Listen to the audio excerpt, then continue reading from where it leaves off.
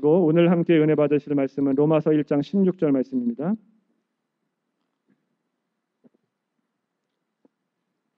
로마서 1장 16절 말씀. 마이크 소리를 베이스를 좀 낮춰주시고 하이를 좀 높여주시면 좋겠습니다. 우리가 잘 아는 말씀이고 또 외우는 말씀인데 우리 한 목소리로 같이 읽도록 하겠습니다. 내가 복음을 부끄러워하지 아니하노니 이 복음은 모든 믿는 자에게 구원을 주시는 하나님의 능력이 됨이라. 먼저는 유대인에게요 그리고 헬라인에게로다. 아멘. 여러분, 오늘날 세상은 부끄러운 짓을 하면서도 부끄러울 줄 모르는 세대입니다. 정확히 말하면 부끄러워해야 될 일에 대해서는 부끄러워하지 않고 부끄럽지 않아도 될 일에 대해서는 부끄러워하는 완전히 거꾸로 된 세대가 되어버렸습니다.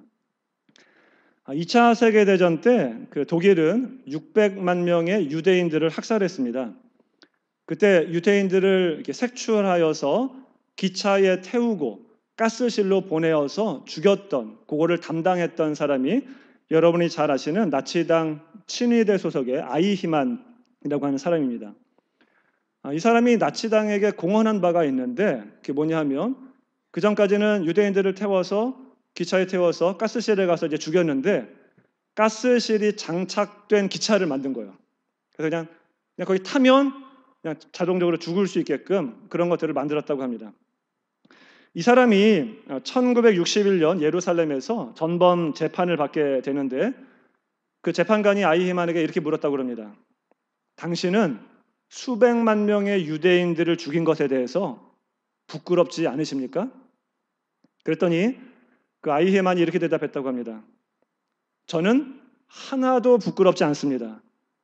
왜냐하면 저는 공무원으로서 위에서 명령한 대로 성실하게 수행했을 뿐이기 때문입니다. 만약 제가 월급을 받고도 제 일을 성실하게 수행하지 않았다고 한다면 그게 더 부끄러운 일일 것입니다. 여러분, 이게 말이 되는 일입니까? 수백만 명의 사람을 죽이고도 부끄러워할 줄 모르는 인간, 그게 바로 오늘날 세대입니다. 제가 몇 개월 전에 유튜브에서 어떤 여성이 자기가 낙태했었음을 자랑스럽게 말하는 영상을 본 적이 있습니다. 여러분, 낙태는 살인입니다. 그런데 그거를 떳떳하게 부끄러울 줄 모르고 당당하게 말합니다. 요즘에는 낙태를 반대하면 오히려 조롱받는 세대가 되었어요. 시대에 뒤처졌다느니, 구시대의 생각을 가지고 있다느니 조롱받는 시대가 되었습니다. 동성애를 하면 부끄러워야 되는데 동성애가 오히려 죄라고 말하는 사람들을 조롱하는 시대가 되었습니다. 어떤 분들은 그렇게 말씀하실지 몰라요. 특히 젊은 사람들. 아니, 목사님, 타고날 때부터 동성애 성향을 가지고 태어났다면 불쌍한 거 아닙니까? 태어날 때부터 이성애는 관심이 없고 동성애만 관심이 있다고 하는데 태어날 때부터 그랬으면 그거 인정해줘야 되는 것 아니니까 이렇게 말씀하시는 분들이 있는데 그렇지 않습니다. 생각해 보세요, 여러분. 어떤 분이 태어날 때부터 도벽의 성향을 남들보다 좀 많이 가지고 태어나신 분이 있어요. 그럼 태어날 때부터 도벽의 성향을 가지고 태어났기 때문에 그 사람이 도둑질하는 걸 인정해줘야 됩니까? 모든 사람이 다 죄를 가지고 태어납니다. 우리는 죄인이에요. 죄의 성향을 가지고 태어납니다. 그러면 태어날 때부터 우리 가운데 죄가 있었기 때문에 그 죄는 전부 다 허용해줘도 되는 것입니까? 아닙니다. 성경에서 죄라고 말하면 죄예요. 우리가 그렇게 죄성을 가지고 태어났어라도 우리는 죄인입니다. 따라서 우리가 성령 충만함으로 그 죄와 싸워 이겨야지 그걸 그냥 허용해서는 안 되는 것입니다. 오늘날에는 동성애를 하고도 부끄러운 줄 몰라요. 그 동성애를 반대하는 사람들을 오히려 조롱하는 시대가 되어버렸습니다. 오늘날의 이런 세대에 대해서 예레미야가 정확하게 지적하는 구절이 있어요. 예레미야 6장 15절에 보면 이렇게 말합니다. 그들이 가증한 일을 행할 때에 부끄러워하였느냐? 아니라 조금도 부끄러워하지 않을 뿐 아니라 얼굴도 붉어지지 않았느니라. 부끄러운 짓을 하는데도 부끄럽지 않대요. 얼굴도 조금도 붉어지지 않았다고 말합니다. 반면에 부끄럽지 않은 일에 대해서 수치를 주는 시대, 그 시대가 바로 오늘날의 세대입니다. 여러분, 그러면 이 세대가 왜 이렇게 되었습니까? 부끄러운 짓을 하는데도 부끄럽지 않고, 또 부끄럽지 않은 일을 하는데도 그 사람들에게 부끄러움을 주는, 어떻게 이런 세대가 되었습니까? 그 이유는 인간의 죄 때문에 그렇습니다. 죄 때문에. 우리가 잘 알고 있는 것처럼 창세기 2장 25절에 보면 이렇게 말합니다. 아담과 그의 아내 두 사람이 벌거벗었으나 부끄러워하지 아니하니라. 이게 타락하기 전입니다. 타락하기 전에 부부 사이에 당연합니다. 벌거벗었으나 부끄럽지 않은 것이 당연하죠. 그런데 선악과를 따먹고 죄를 지었습니다. 타락한 이후에 이렇게 바뀌었죠. 창세기 3장 7절에 보면 이에 그들의 눈이 밝아져 자기들이 벗은 줄을 알고 무화과 나무 잎을 엮어 치마로 삼았더라. 벗은 것을 부끄러워하게 된 것입니다. 부부 사이에 벗은 것이 부끄러운 일이 아닌데도 불구하고 부끄러워지게 되었어요. 잘못된 부끄러움입니다. 여러분, 아담이 사실은 부끄러워야 되는 게 무엇입니까? 부부 사이에 벗은 것이 부끄러워져야 됩니까? 아니죠. 그게 아니에요. 하나님 앞에서 죄 지은 것을 부끄러워야 됩니다. 하나님이 아담에게 그렇게 말하죠. 먹지 말라 말한 실과를 네가 먹었느냐? 그랬더니 아담이 뭐라고 대답해요? 하나님이 주신 그 여자가 주어서 내가 먹었습니다. 이렇게 책임을 전가시킵니다. 핑계를 대요. 그렇죠? 여러분, 아담이 남편이라면 어떻게 해야 돼요? 남편이라면 하나님, 저 여자 아무런 잘못 없어요. 제가 다 잘못했어요. 저만 벌하세요. 저 여자 아무런 죄가 없습니다. 자, 제 책임입니다. 이렇게 말해야 남자죠. 그렇게 말해야 아담이죠. 그런데 하나님이 주신 그 여자가 내가 먹게 해가지고 내가 먹었어요. 이렇게 책임을 전가하고 있는 겁니다. 부끄러운 줄 알아야죠. 그렇죠? 남자가 돼가지고. 그런데 뭘 부끄러워하고 있어요? 자기가 책임 전가하는 것에 대해서는 부끄러워하지 않아요. 하나님 앞에 죄 지은 것에 대해서는 부끄러워하지 않습니다. 부끄러워하지 않아도 될 부부 사이에 벗은 것 때문에 부끄러워하고 있습니다. 이게 오늘날의 사회예요. 정말 부끄러워야 될 것에 대해서는 부끄러워하지 않고 부끄럽지 않아도 될 것에 대해서 부끄러워하고 있는 세상. 이게 오늘날 악하고 음란한 세대입니다. 근데 여러분, 이게 세상만 그런가요? 세상만 그래요? 예수님을 믿는다라고 하는 그리스도인들도 많은 분들이 이렇게 살아가고 있습니다. 대학에 떨어진 것은 부끄러워하면서도 하나님의 말씀대로 살지 못하는 것에 대해서는 부끄러워하지 않아요. 세상 사람들처럼 학력이 낮은 것에 대해서는 부끄러워하면서도 복음을 증거하지 못하는 것에 대해서는 부끄러워하지 않습니다. 세상 사람들처럼 변변치 않은 직장 가지고 있는 것에 대해서는 부끄러워하면서도 하나님 나라를 위해서 일하지 못하는 것에 대해서는 부끄러워하지 않아요. 오늘날 많은 그리스도인들이 세상 사람들과 똑같이 살아가고 있습니다. 똑같이 본받고. 오늘 본문은 우리가 너무나 잘 알고 있는 말씀이죠. 우리가 암송하고 있는 구절인데 사도 바울은 복음을 부끄러워하지 않는다라고 말을 하고 있습니다. 여러분에게 물어보겠습니다. 여러분 어떻습니까? 여러분은 복음을 부끄러워하지 않으십니까? 다시 한번 묻겠습니다. 여러분은 복음을 부끄러워하지 않으십니까? 예.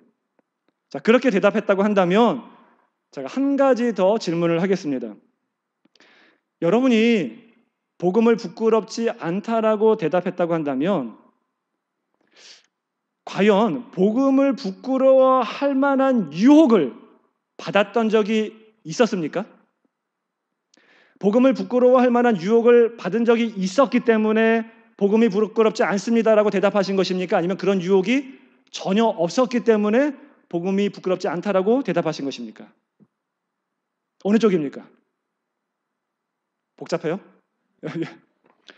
존 스토트의 로마서 강해를 보면 제임스 스튜어트 목사님의 설교를 인용하는데 그 제임스 스튜어트 목사님이 이렇게 말합니다. 잘 들어보세요.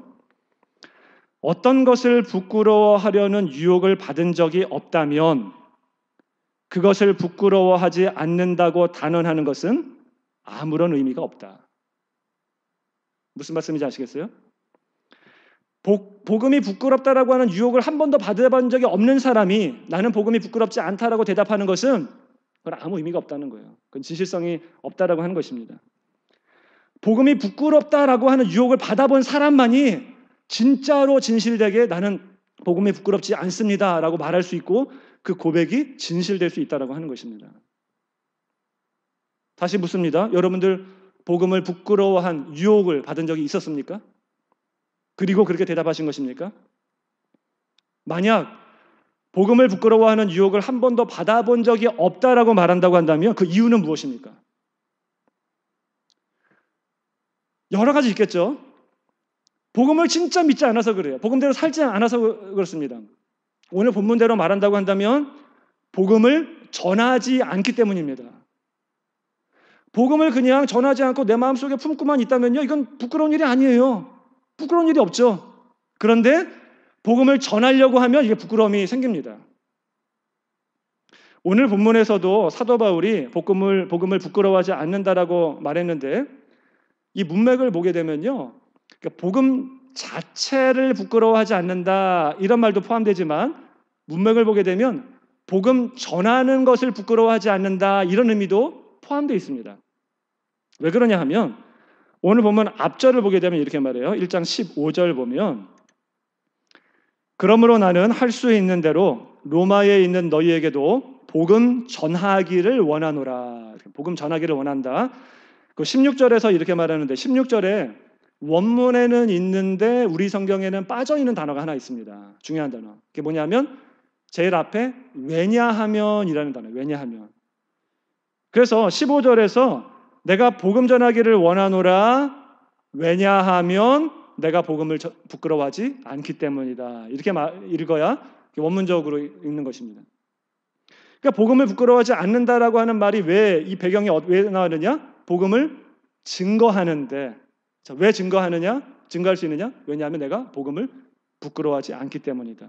즉 복음을 부끄러워하지 않는다라고 하는 말은 복음 자체가 아니라 그렇죠? 복음을 증거할 때 받는 부끄러움, 그 부끄러움을 내가 부끄러워하지 않겠다라고 하는 말입니다. 그렇다면 사도 바울은 왜 복음을 전할 때 그 부끄러울 그 유혹을 받았을까요? 사도 바울이 복음을 전할 때 분명히 부끄러움을 느꼈을 것입니다.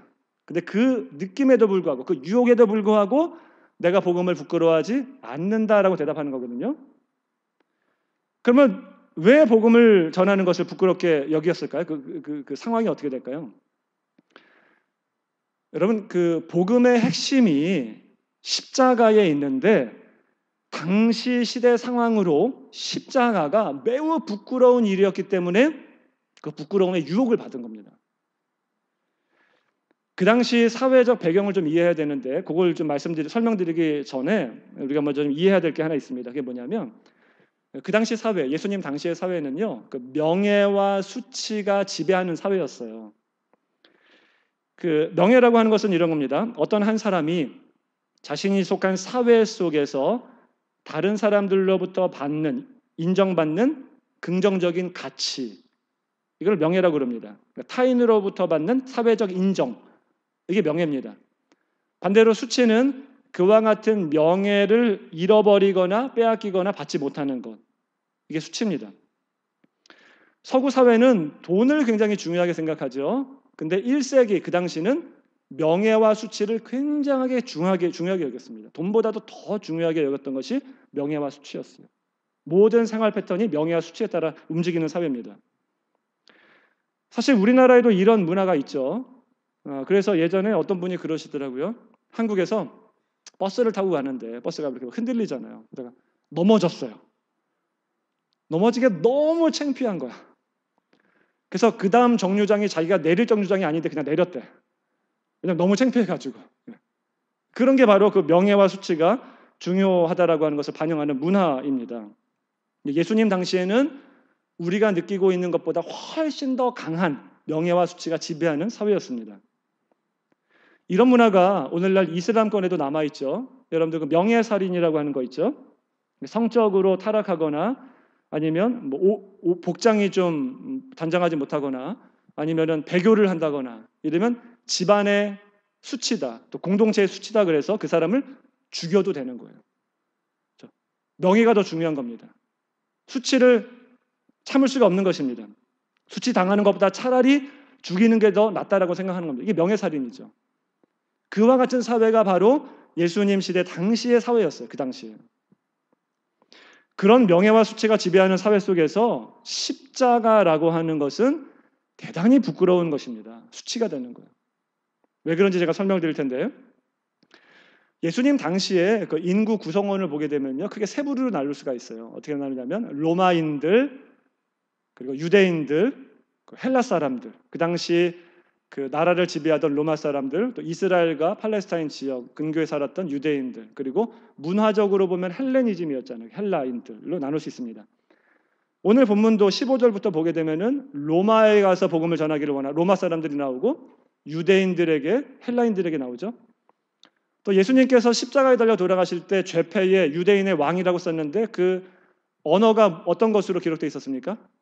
히브리 말로, 로마 말로, 헬라 말로 기록되어 있었습니다. 그게 이제 그 당시 사람들의 구성원이 그랬다라고 하는 것을 보여주는데, 그 명예와 수치는 그 사회에 따라 달라져요. 어떤 사회냐에 따라 달라지거든요. 그러니까 예를 들면 이런 거예요. 우리나라 예전에 조선시대 때는 양반들이 머리카락 자르는 것을 굉장히 수치스럽게 여겼습니다. 그렇죠? 근데 머리카락 자르는 것이 서방에서는, 다른 나라에서는 전혀 수치가 되지 않아요. 그러니까 어떤 사회 속에서는 이게 수치가 되고 어떤 사회 속에서는 수치가 되지 않습니다. 사회에 따라 달라요. 나라에 따라 다릅니다. 시대에 따라 다릅니다. 그런데 예수님이 지셨던 십자가는 그 당시 사회를 구성하고 있었던 로마 사람들, 유대인들, 헬라 사람들에게 똑같이 수치스러운 거였습니다. 민족이 다르고 언어가 다르고 문화가 다름에도 불구하고 그 모든 사람들에게 똑같이 수치가 되는 부끄러운 일이었어요. 설명해 드리면, 먼저 로마의 관점에서 보면 이 십자가는 대단히 부끄럽고 수치가 되는 일이었습니다. 로마인들이 사형 집행 방법으로 이 십자가형을 사용했는데 흉악범이나 정치범을 십자가형을 정해서 이렇게 죽이게 되었습니다. 십자가형을 처하는 이유는 엄청난 고통을 주면서 그 사람을 그냥 죽이는 데 목적이 있는 것이 아니라 나머지 사람들이 보고 그와 같은 죄를 짓지 못하도록 하기 위함이었어요. 그래서 이 형은요, 너무나 고통스러운 형벌이었고, 또 당시 사회가 제가 말씀드렸던 것처럼 명예와 수치가 지배하는 사회이기 때문에 가능한 한 수치를 줘야 돼요. 그래서 다시는 사람들이 그렇게 못하도록 보여줘야만 되는 것입니다. 수없이 십자가형을 목격했던 로마의 웅변가 키케로는 이런 말을 했습니다. 제가 한번 읽어볼게요. 십자가는 로마 시민의 인격뿐 아니라 그의 생각과 눈과 귀에서도 사라져야 한다. 왜냐하면 십자가형을 실제 집행하거나 견디는 것뿐 아니라 십자가형이 일어날 가능성, 십자가형을 예상하는 것, 사실상 그것을 언급하는 것만으로도 로마 시민과 자유인에게는 합당하지 않은 일이기 때문이다. 그래서 당시 로마 상류시 사회에서는 금기어가 있었는데 그게 십자가였대요. 아무도 말하지 않습니다. 십자가를 생각하는 것만으로도 밥맛이 떨어지는 거예요. 십자가형이 너무나 고통스럽고 수치가 되기 때문에 그것을 목격했던 사람들은요, 잠을 자다가 몇 번이나 깨고 악몽을 꾸기 일쑤였다고 합니다. 그렇게 처참하고 그렇게 부끄러운 것이 십자가였어요. 그런데 사도 바울이 그 로마 사람들에게, 십자가를 그렇게 수치스럽게 생각하고 있는 로마 사람들에게 복음을 증거할 때 십자가 복음을 증거하는 것입니다. 그들이 부끄러운 줄 알아요. 이것이 얼마나 부끄러운 줄 알지만 그들에게 부끄러워하지 아니하고 담대하게 복음을 증거하는 것이에요. 두 번째, 십자가형은 유대 사람들에게도 부끄러운 것이었어요. 수치가 되는 것이었습니다. 제가 예전에 한번 말씀드렸던 적이 있었는데, 구약 율법을 보게 되면 나무에 달린 자마다 저주 아래 있는 자니라 이렇게 말하는 율법이 있잖아요. 여기서 중요한 것은요, 예수님이 십자가 형태에 달려 죽었다라고 하는 게 중요한 것이 아니라 구약 율법에 따르면 나무에 달려 죽은 게 중요한 거예요. 나무에 달려. 고대 근동에서는 나무에 달려 죽는 것을 신의 저주를 받아 죽는 것으로 생각했었습니다. 왜냐하면 여러분 율법에 보면 그런 율법이 있죠. 눈에는 눈, 이에는 이, 이런 율법이 있죠. 그렇죠? 동해복수법이라고 하는, 이게 고대 근동에서 이렇게 있었던 법인데, 자, 아까 말씀드렸던 것처럼 그 유태인들 600만 명을 죽였던 아이히만 아니면 히틀러, 눈에는 눈, 이에는 이라고 하는 율법에 따르면 몇 번 죽어야 돼요? 몇 번 죽여야 됩니까? 600만 번 죽여야 되겠죠? 그렇죠? 근데 사람의 목숨이 하나밖에 없으니까 한 번 죽이면 끝나는 거예요. 그래서 고대 사람들은 어떻게 생각했냐면 우리가 한 번 죽일 수밖에 없지만 인간이 저주를 내리는 것이 아니라 인간이 심판을 내리는 것이 아니라 죽은 이후에도 신의 저주를 받게 만들어야 된다 이렇게 생각했어요. 그리고 신의 저주를 받게 만드는 방법이 뭐냐면 나무에 매달아 죽는 것입니다. 죽이는 것입니다. 왜냐하면 나무에 매달아 죽이게 되면 온갖 수치와 모욕을 당할 뿐만 아니라 죽은 이후에도 쥐들이 와서 그 시체를 갉아먹고 새들이 와서 그 시체에 앉아서 그 시체를 갉아먹습니다. 그것을 죽은 이후에도 이렇게 처참하게 죽는 것 이게 바로 신의 저주를 받는 것이다라고 생각을 했어요. 그래서 율법에서 나무에 달린 자마다 저주 아래 있는 자니라라고 말하고 있는 것인데 그래서 성경에 보면 실제로 나무에 달려 죽었던 사람들이 많이 있어요. 구약에 보면 그렇죠? 요셉이 창세기에 보면 요셉이 감옥에 갇혔을 때 떡 맡은 관원이 나무에 달려 죽죠. 여호수아 10장을 보게 되면 여호수아가 그 예루살렘과 주변에 있는 나라들과 전쟁을 벌여서 그들을 다 죽인 다음에 그 왕들을 나무에 달려 죽게 만듭니다. 에스더서에 보게 되면 하만이 나무에 달려 죽게 되죠. 그렇죠? 이 일에서 그렇습니다. 그래서 유대인들은 예수님을 죽일 때 어떻게 해서든지 십자가에 달려 죽여야만 됐었어요. 그렇게 십자가에 달려 죽여라 이렇게 말했던 이유가 그래서 그래요. 자기들이 돌로 쳐 죽일 수도 있었어요. 아니면 능지처참이라든가 목을 베어 죽인다거나 다른 방법이 있었습니다.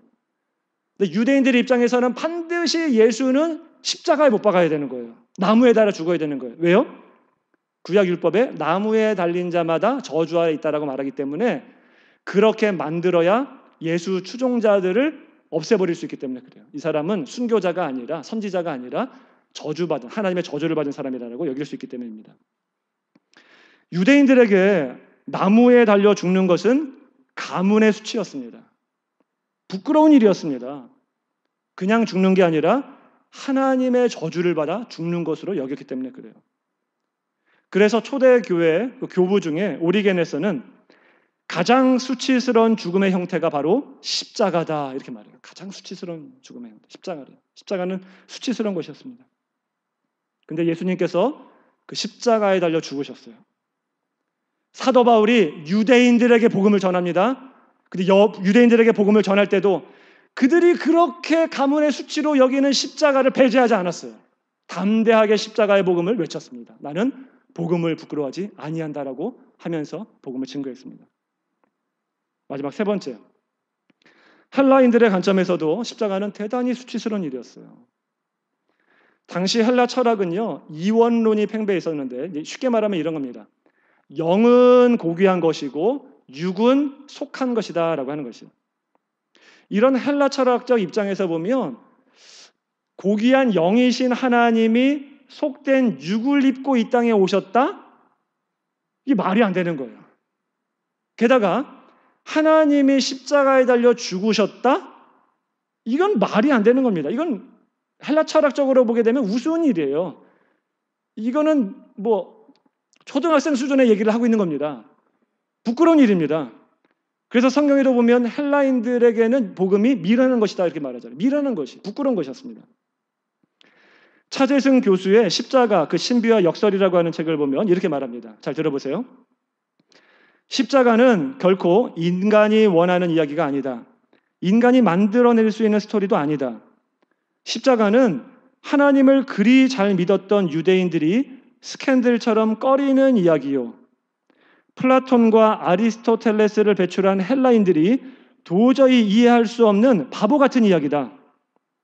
초월자가 인간의 몸으로 와서 인간을 위해 죽는다는 이야기는 그리고 그 죽음이 인간에게 구원이 된다는 이야기는 인간이 도저히 납득할 수 없는 이야기다.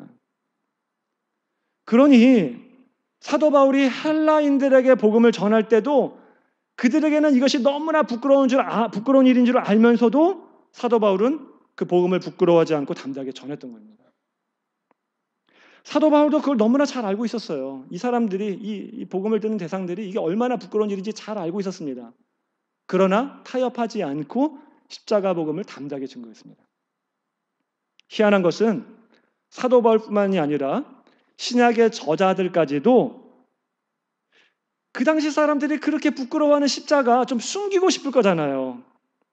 그렇죠? 사회적 분위기가 그런데 모든 사람들이 다 금기시하고 있는 건데 숨기고 싶을 것인데 전혀 숨기지 않고 부끄러워하지 않고 담대하게 십자가 복음을 전했다라고 하는 것이에요. 여러분 한번 곰곰이 한번 생각해 보세요. 생각해 보세요. 세상에 여러 종교들이 있습니다. 그 종교의 창시자가 있습니다. 그러면 그 종교의 추종자들은 창시자가 당한 부끄러운 일에 대해서 감추는 것이 정상이죠. 그렇죠? 그 종교를 퍼뜨리기 위해서는 창시자가 당한 부끄러움을 가능한 한 감추는 것이 정상입니다. 근데 성경은 그 당시에 그렇게 부끄럽고 수치스럽게 여기던 십자가에 대해서 전혀 삭제하지 않고 드러내어 복음을 증거하고 있습니다. 저는 이 사실이 기독교가 사람이 만든 종교가 아니라 진짜 예수 그리스도가 하나님이며 우리가 믿는 하나님이 진짜 하나님임을 증명하는 것이라고 생각을 해요. 만약 인간이 만든 종교였다고 한다면 가능한 한 그런 것들은 빼야 됩니다. 빼야 정상이죠. 다 싫어하는데, 다 금기시하는데, 수치스러워하는데. 실제로 교회 역사를 보게 되면 이단들 중에서 소위 영지주의 복음서라고 하는 그 도마복음이 있는데 그 도마복음을 보게 되면 십자가를 다 삭제했어요. 십자가는 다 삭제하고 부활만 드러내고 있습니다. 이단이에요. 왜 그래요? 그만큼 그 당시에 수치스러운 거였기 때문에 그래요. 다른 사람들이 부끄럽게 여기던 거였기 때문에 그렇습니다. 오늘날에도 이게 비슷한 게 있어요. 오늘날에도 여러분 그 강단에서 설교 강단에서 지옥 얘기를 잘 못해요. 우리 교회는 뭐 가감없이 선포하지만 다른 교회에서 여러분 예수 믿지 않으면 지옥 갑니다 이렇게 말해봐요. 그러면 당장 말 들어옵니다. 어떻게 말하냐면 목사님 요즘 세상 사람들이 지옥이라고 하는 말 그렇게 좋아하지 않는데 그 말을 그렇게 꼭 써야 되겠습니까? 그렇게 말씀하지 마시고 예수 믿으면 천국 갑니다 이렇게 말을 순화해서 쓰면 얼마나 보기 좋습니까? 이렇게 말하는 사람들이 실제로 있어요. 우리 교회는 아닌데 있습니다. 많아요. 근데 여러분 그거 아세요? 성경에서 지옥이라고 하는 말을 가장 많이 썼던 사람이 바로 예수님이었습니다. 신약 성경, 한글 성경 기준으로 지옥을 찾아보면 13번 나오는데 2번 빼고 다 예수님이 말씀하신 거예요. 형제를 향하여 미련한 놈이라 하는 자는 지옥불에 들어가리라. 이 독사의 새끼들아 너희가 어떻게 지옥의 판결을 피하겠느냐. 다 예수님이 하신 말씀이에요.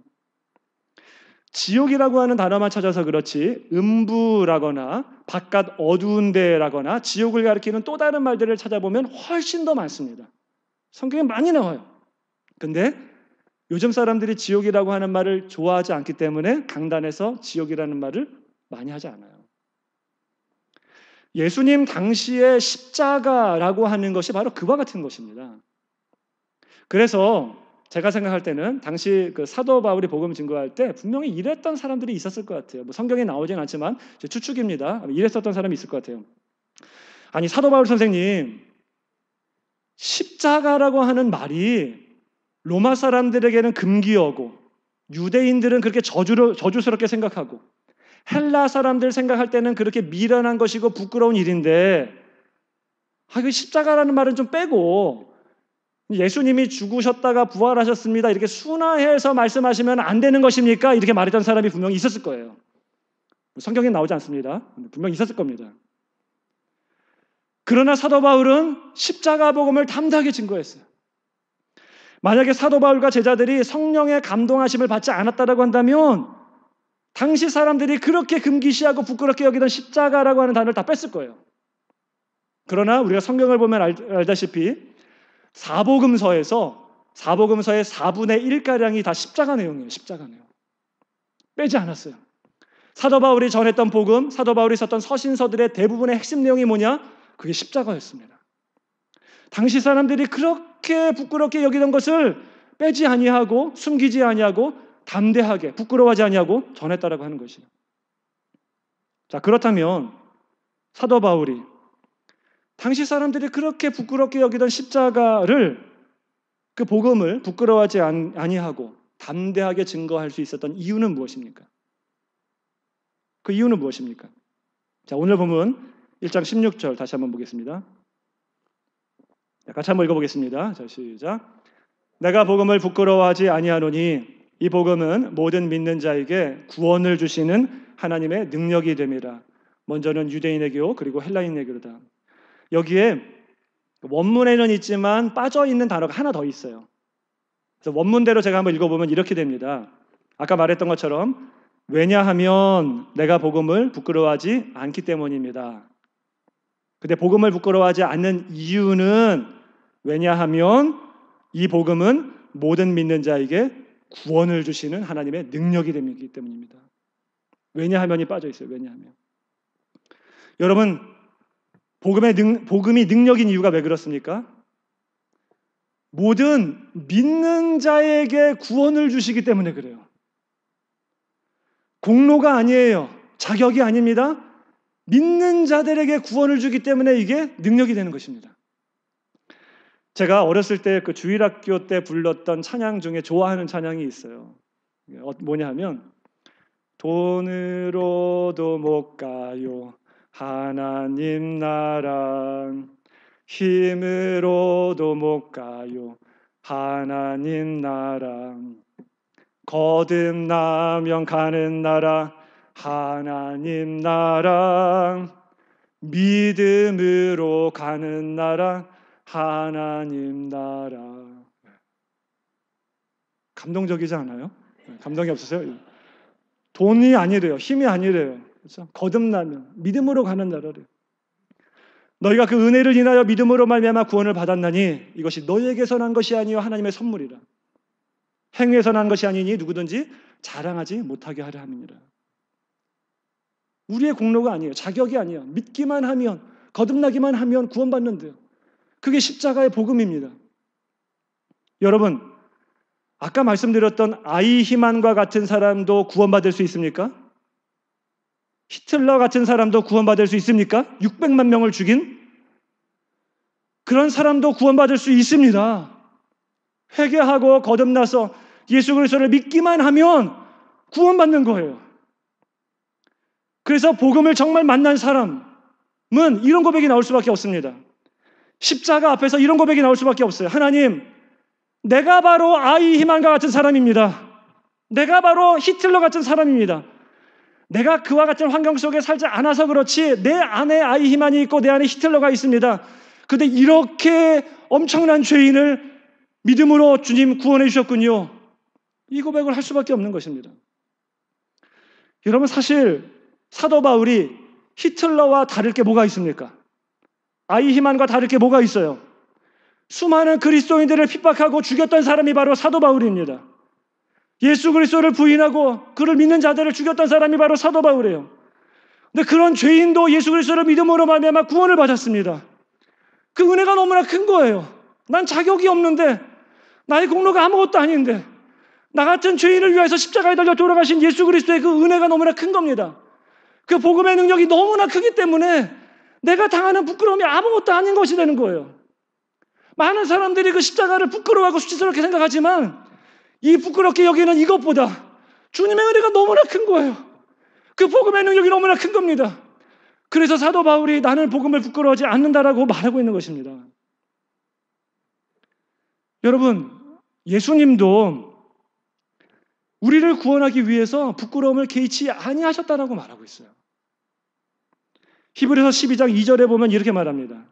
히브리서 12장 2절 같이 한번 읽어볼까요? 자, 시작. 믿음의 주여 또 온전하게 하시는 이인 예수를 바라보자. 그는 그 앞에 있는 기쁨을 위하여 십자가를 참으사 부끄러움을 개의치 아니하시더니 하나님 보좌 우편에 앉으셨는지라. 십자가를 참으사 부끄러움을 개의치 아니하셨다라고 말해요. 이 개의치 않는다라고 하는 말은요, 그냥 무시한다, 신경 쓰지 않는다 이런 표현이 아닙니다. 헬라어로 말하면 카타프로네오라고 하는데 이건 멸시하는 거예요. 경멸하는 겁니다. 예수님도 부끄러움의 유혹을 받았는데 그 부끄러움이 올라올 때 이 부끄러움을 주는 악한 영은 다 떠나갈지어다 멸시하고 경멸한 것입니다. 이겨나가신 거예요. 근데 여러분, 예수님이 당했을 만한 그 부끄러움, 그 부끄러움은 어떤 부끄러움입니까? 십자가상에서 참으신, 개의치 않으신, 멸시하신 그 부끄러움은 어떤 부끄러움이죠? 십자가에서요, 예수님께서 완전히 다 발가벗겨졌어요. 성화 같은 데 보면은 뭐 팬티 좀 입혀놓고 있는데 사실 그렇지 않습니다. 원래는 다 발가벗겨진 거예요. 모든 사람, 어린아이부터 여자가 다 보고 있습니다. 수치스러운 일이에요. 부끄러운 것입니다.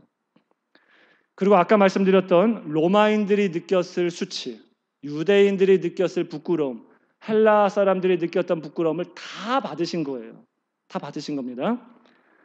그러나 예수님이 경험했던 십자가상에서의 부끄러움은 그 정도의 인간적인 차원을 넘어 훨씬 더 그 높은 차원의 부끄러움이었을 것이에요. 제가 지난 한 주간 동안에 내내 예수님이 십자가상에서 당하셨을 그 부끄러움이 어떤 것이었을까 묵상하면서 기도하면서 말씀을 준비했습니다. 제가 깨달은 것은 이거예요. 뭐냐면 단순히 그 정도가 아니라 예수님이 십자가에 달려 죽으실 때 사람들이 조롱합니다. 어떻게 조롱하냐면 네가 만약 하나님의 아들이어든 너 자신부터 구원해봐라. 예수님은 하나님의 아들이 맞아요. 맞지만 그와 같은 조롱을 받는 거예요. 왜요? 죄인들을 사랑하시고 그들을 구원하셔야 되기 때문입니다. 그걸 참으시는 거예요. 그 부끄러움을 개의치 않으시는 거예요. 그리고 예수님이 느꼈을 그 부끄러움이 어떤 것일지 우리가 힌트를 얻을 수 있는 구절이 있는데 히브리서 2장 11절을 보게 되면 이렇게 말해요. 그러므로 형제라 부르시기를 부끄러워하지 아니하시고. 이게 뉘앙스가 어떻게 됩니까? 형제라 부를 만한 자격이 안 되는 사람인데 그 사람을 형제라고 부른다라고 하는 거예요. 거기서 느끼는 부끄러움을 부끄러워하지 않는다라고 하는 것입니다. 히브리서 11장 16절도 이렇게 말합니다. 하나님이 그들의 하나님이라 일컬음 받으심을 부끄러워하지 아니하시고. 이 뉘앙스가 뭐예요? 그들의 하나님, 죄인들의 하나님, 죄인들의 하나님이라고 자격이 안 되는데 그들의 하나님이라고 부름받기에 내가 부끄러워하지 않는다라고 하는 것입니다. 이게 부끄럽다는 거예요. 타락한 죄인들이에요. 그들을 구원해 주시는 것입니다. 거기서 느끼는 부끄러움을 개의치 않는다라고 하는 거예요. 이게 잘 이해가 안 되죠. 제가 이걸 좀 설명하기 위해서 누가복음 15장에 있는 탕자의 비유를 가지고 설명을 드리겠습니다. 누가복음 15장의 탕자 비유를 여러분 잘 아시죠? 다시 안 찾아봐도 됩니다. 거기에 보면 아들이 아버지가 돌아가지 않으셨는데도 불구하고 재산을 절반 달라고 합니다. 그런데 아버지가 돌아가시지 않았는데도 불구하고 재산 절반을 달라고 말하는 것은 이거는 가문의 수치예요. 부끄러운 일입니다. 왜냐하면 아버지가 살아계신데도 재산을 달라고 하는 것은 아버지가 빨리 돌아가시길 원한다고 하는 얘기예요. 이 호래자식입니다. 불효자식이에요. 그런데 당시는 시족사회였잖아요. 시족사회. 공동체를 이렇게 이루며 살아갔었는데 여러분 그 구절에서 잘 아시는 것처럼 아들이 아직도 거리가 먼데 아버지가 발견하여 달려가잖아요. 그죠? 달려갑니다. 그때 달려갈 때 여러분 당신은 그 원피스를 입었다고 제가 예전에 말씀드렸죠. 제가 그 미얀마 가서 치마를 한번 입어봤어요. 불편하더라고요. 달려가려면 어떻게 해야 돼요? 들어야 됩니다. 당신은 속옷도 잘 입지 않던 시절이에요. 사랑하는 아들을 보고 그 아들을 맞이하려고 모든 부끄러움을 다 감수하고 개의치 아니하시고 아들을 향해 달려나가는 겁니다. 근데 이것은 아들을 보고 싶어서만은 아니에요.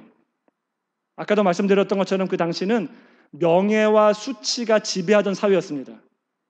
아버지 재산을 가지고 절반을 가지고 나간 놈 이거는요 가문의 수치일 뿐만 아니라 그 공동체 그 마을의 수치예요. 이거 호래자식이에요. 이 망나니 같은 녀석이에요. 이거는 가문만이 아니에요. 그 지역 그 전체에. 그래서 그 아들이 나타났을 때 그 동네 청년들이 그 아들을 야 너 같은 놈 우리 마을에 들어올 수 없어. 너 같은 망나니 같은 녀석 호래자식 같은 녀석 들어올 수 없어라고 죽여도 무방한 상황입니다. 그걸 아는 거예요. 아버지께서. 그래서 아들을 보자마자 그 모든 것들을 다 뿌리치고 죽이지 않게 하려고 아들을 살리려고 전속력으로 모든 부끄러움을 개의치 아니고 달려나가는 것입니다. 왜요? 아버지가 그 아들을 사랑하기 때문에 그래요. 호래자식 같은 그 아들의 아버지라 일컬음 받기를 부끄러워하지 아니하시는 것입니다. 다른 사람들은 손가락질할 수 있어요. 저런 놈들은 죽어야 됩니다. 우리 공동체에 모욕을 준 녀석은 죽여야 됩니다 라고 말하지만 아버지는 그럴 수가 없는 거예요. 호래자식 같은 녀석이지만 사랑하기 때문에 그런 아들의 아버지라 일컬음을 받기를 부끄러워하지 아니하시고 모든 부끄러움을 개의치 아니하시고 달려나가 아들을 맞이하는 것입니다. 이게 바로 예수님이 부끄러움을 개의치 아니하셨다. 하나님이 그들의 하나님이라 일컬음 받기를 부끄러워하지 아니하셨다라고 하는 말 속에 담겨있는 말입니다. 예수님이 십자가에 달려 돌아가실 때 사탄이 분명히 이렇게 말했을 거예요.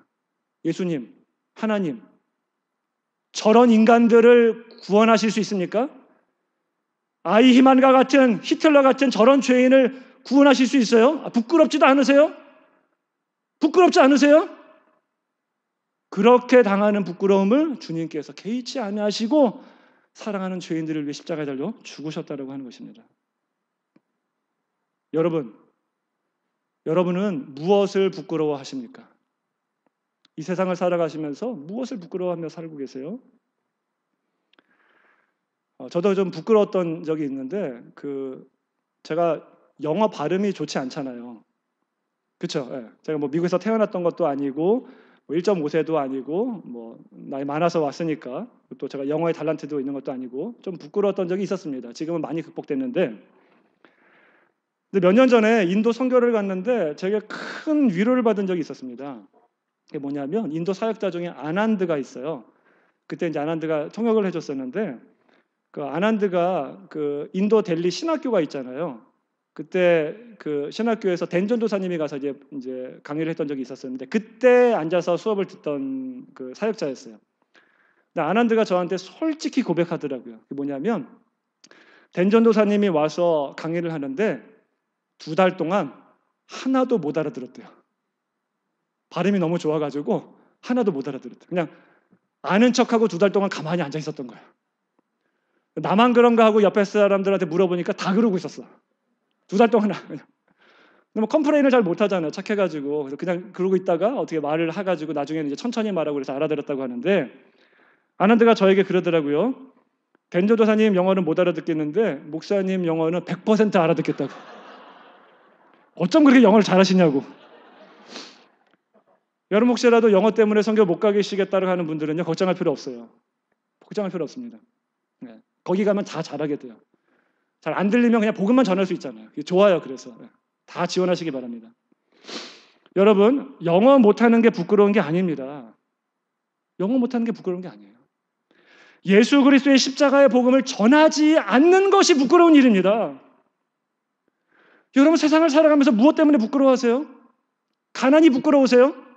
초라한 직장이 부끄러우세요? 초라한 학력이 부끄러우세요? 가정이 부끄러우세요? 우리 아이 대학 떨어진 게 부끄러우십니까? 악한 세상은 자꾸 우리들로 하여금 그런 것들을 부끄럽게 만들어요. 부끄러운 일이야, 부끄러운 일이야, 부끄러운 일이야. 그런데 우리의 부끄러움의 기준은 세상이 되어서는 안 돼요. 철저하게 말씀 기준이 되어야 됩니다. 가난이 부끄러운 게 아니잖아요. 학력이 부끄러운 게 아니잖아요. 외모가 부끄러운 게 아니잖아요. 하나님의 말씀대로 살지 못하는 것을 부끄러워야 됩니다. 예수 그리스도의 십자가의 복음을 자랑하지 못하는 것을 부끄러워야 됩니다. 한국에 가면 지하철역이나 지하철 안에서 보면은 그러신 분들이 있어요. 이렇게 복음 전도하시는 분들 중에 노란색 이렇게 띠를 띠고 거기에 예수 천당 불신 지옥 이러면서 복음을 전하시는 분들이 있습니다. 많이 보셨을 거예요. 그렇죠? 우리 교회도 거리 전도 나가면은 피켓 들고서 이렇게 써서 이렇게 복음을 막 전합니다. 그런 거 보면서 여러분 혹시 부끄러웠던 적 없으십니까? 그런 거 보면서 부끄러웠던 적 없으세요? 아니 꼭 예수를 전하더라도 꼭 저렇게 전해야 돼? 아니 좀 고상하게 전할 수도 있잖아. 저렇게 사람들이 싫어하는 말을 써가지고 저렇게 복음을 전해야 돼 라고 속으로 비아냥거렸던 적이 있었던 사람은 없으셨습니까? 여러분 그게 복음을 부끄러워하는 것입니다. 어떤 분들은 그렇게 말씀하시는 분이 계실지 몰라요. 목사님 제가 부끄러워하는 것은요 예수님의 복음을 부끄러워하는 게 아니라 그들이 복음을 전하고 있는 그 형태 그 노란색 해가지고 빨간색 막 글씨 띄고 막 이렇게 해가지고 막 외치는 그 형태가 부끄러운 것이지 예수님의 복음이 부끄러운 건 아니에요 라고 말하시는 분이 있을지 모릅니다. 근데 여러분 잘 들으세요. 예수님 당시의 십자가가 그 시대 사람들에게는 수치와 저주의 상징이었습니다. 오늘날 그렇게 복음을 증거하는 사람들, 그 부끄럽다라고 하는 그 방식보다 십자가로 죽어가는 그 십자가의 방식이 더 부끄러운 일이었어요. 그 당시에는. 그게 더 수치스러운 일이었습니다. 그럼에도 불구하고 예수님께서 우리를 사랑하셔서 그 부끄러움을 개의치 아니하시고 십자가에 달려 죽으신 것입니다. 죄인들을 구원하기 위해서. 사랑하는 여러분들을 위하여서. 여러분, 우리가 정말 부끄러워해야 될 것은요, 하나님 말씀대로 살지 못하는 것을 부끄러워해야 돼요. 예수님의 십자가의 복음을 담대하게 전하지 못하는 것을 부끄러워해야 됩니다. 지구 반대편에는요, 쌀 한 줌이 없어서 굶어 죽고 있는 사람들이 많은데 여기서 이렇게 편하게 호의호식하고 살아가고 있는 것을 부끄러워하셔야 됩니다. 카네기가 이런 말을 했다고 그래요. 부자로 죽는 것은 부끄러운 일이다. 부자로 죽는 것은 부끄러운 일이다. 아마 이런 얘기 같아요. 하나님께서 우리들에게 많은 재산을 주셨는데 하나님이 허락하신 이 재산을 향하여 가지고 하나님 나라를 위하여서 영혼을 구원하는데 사용하지 않고 나 자신만을 위해서 쓰다가 살아간다면, 그러다가 부자로 죽는다라고 한다면 그거는 부끄러운 일이다. 부자로 죽는 것은 부끄러운 일이다. 지구 반대편에서는 적의 폭탄 세례를 피해서 하루하루 생명의 위협을 받으며 생존을 위해 살아가고 있는 사람들이 있는데, 수많은 사람들이 있는데 여기에 있으면서 사람들 험담이나 하고 있고 비방이나 하고 있고 그러고 있다고 한다면 여러분 부끄러운 줄 아셔야 됩니다. 부끄럽지 않으세요? 지구 반대편에서 예수 그리스도의 십자가 복음을 전해 듣지도 못하고 죽어가 있는 많은 사람들이 있는데 여기 앉아서 말씀이나 판단하고 있고 사람들을 비방이나 하고 있다고 한다면 부끄러운 줄 아시기 바랍니다. 부끄러운 일이에요. 사도 바울은 이렇게 말합니다. 디모데후서 1장 8절에서 이렇게 말해요. 그러므로 너는 내가 우리 주를 증언함과 또는 주를 위하여 갇힌 자 된 나를 부끄러워하지 말고 오직 하나님의 능력을 따라 복음과 함께 고난을 받으라. 여러분, 예수님께서는 우리가 당해야 되는 모든 수치를 십자가에서 받으셨습니다. 그럼에도 불구하고 부끄러움을 개의치 아니하시고 그 모든 십자가를 지셨어요. 우리가 그 은혜를 안다라고 한다면 이제 우리가 해야 되는 일은 나를 위해 부끄러움을 개의치 않으신 그 주님을 위해서 우리도 복음을 부끄럽게 여기지 말고 그 생명의 복음을 증거하는 일입니다. 여러분, 오늘 이 말씀 잘 기억하시고 모든 믿는 자에게 구원을 주시는 하나님의 능력되는 그 복음을 부끄러워하지 말고 늘 전하실 수 있는 저와 여러분 되시길 간절히 축원합니다.